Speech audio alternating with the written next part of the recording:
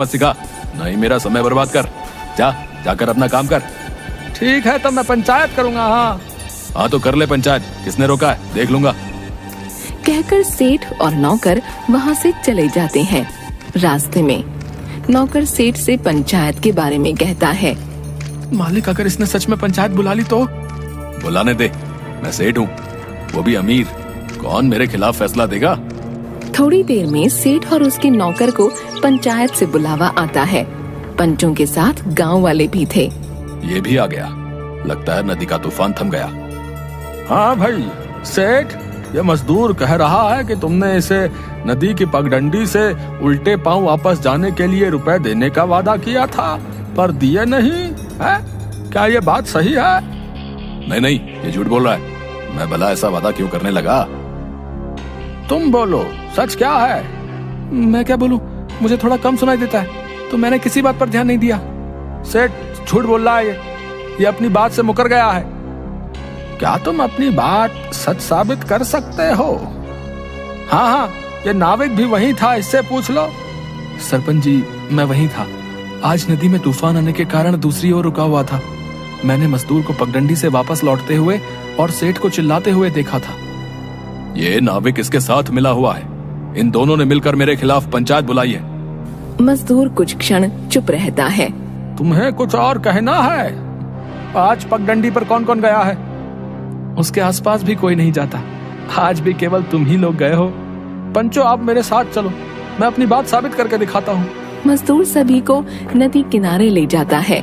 वहाँ पगडंडी से थोड़ी दूरी पर वे रुक जाते हैं। पंचो, आप मेरी, सेठ और उसके नौकर की चप्पलें लेकर पगडंडी के किनारे रेत पर बने पैरों के निशान को नापिए। एक आदमी तीनों की चप्पलें लेकर निशानों पर रखता है। ये तुम तीनों के पैरों के निशान हैं। अब आप दूसरी ओर चलिए। पंचो, ये ऐसे ही समय बर्बाद कर रहा है, इसे अपनी बात रखने दो। सब नाव में बैठकर दूसरी ओर जाते हैं। एक आदमी पगडंडी के पास पड़ी रेत पर पड़े निशानों को चप्पलों से नाप कर कहता है। यहाँ तो केवल सेठ और उसके नौकर के पैरों के ही निशान हैं, इस मजदूर के नहीं। हाँ, क्योंकि मैं इस ओर पहुँचा ही नहीं। सेठ के कहने पर आधी पगडंडी से ही वापस चला गया। तो सीधी सी बात है, कोई जान जोखिम में डालकर आधे रास्ते से वापस क्यों जाएगा? तुमने कुछ तो कहा होगा इससे। झूठ बोलने से या मुकरने से कोई फायदा नहीं। अब इसे इसके रुपए दे दो। मैं कोई रुपए नहीं दूंगा और न ही इस पंचायत का फैसला मानूंगा। कर लो तुम्हें जो करना है। सेठ, सोच समझ कर बोलो, शायद तुम्हें पंचायत की ताकत पता नहीं है। सेठ उनकी बातें अनसुनी करके नौकर के साथ वहाँ से चला जाता है। 3-4 दिन तक सेठ का काम ठप पड़ा रहा।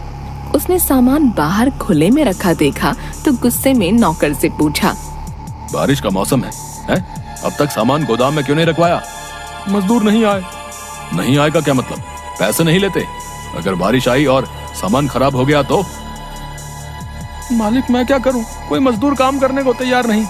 पंचायत ने मना किया होगा। सेठ को फिर किसी काम से नदी के उस पार जाना था।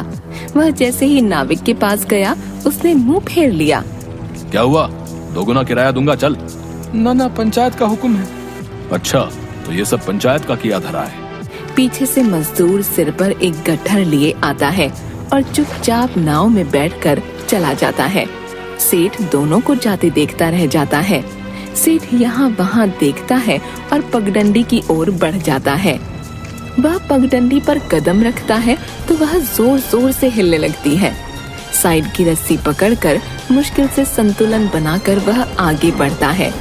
अचानक पगडंडी बीच में से टूट गई और सेठ नदी में गिर गया। डूबते हुए सेठ को देखकर मजदूर लकड़ियां छोड़कर नाव में से कूद गया और तैरते हुए सेठ के पास जाकर उसे संभाला। पीछे से नाविक भी नाव लेकर आ गया। दोनों ने सेठ को नाव में बिठाकर किनारे पहुंचाया। इसके बाद सेठ ने पंचायत में सबसे माफी मांगी। पंचो, मुझे माफ कर दो, मैं पंचायत की ताकत समझ गया हूँ। सेठ, तुम धन के लालच में अंधे हो चले थे। जिसके साथ तुमने छल किया, आज उसी ने तुम्हारी जान बचाई। भाई,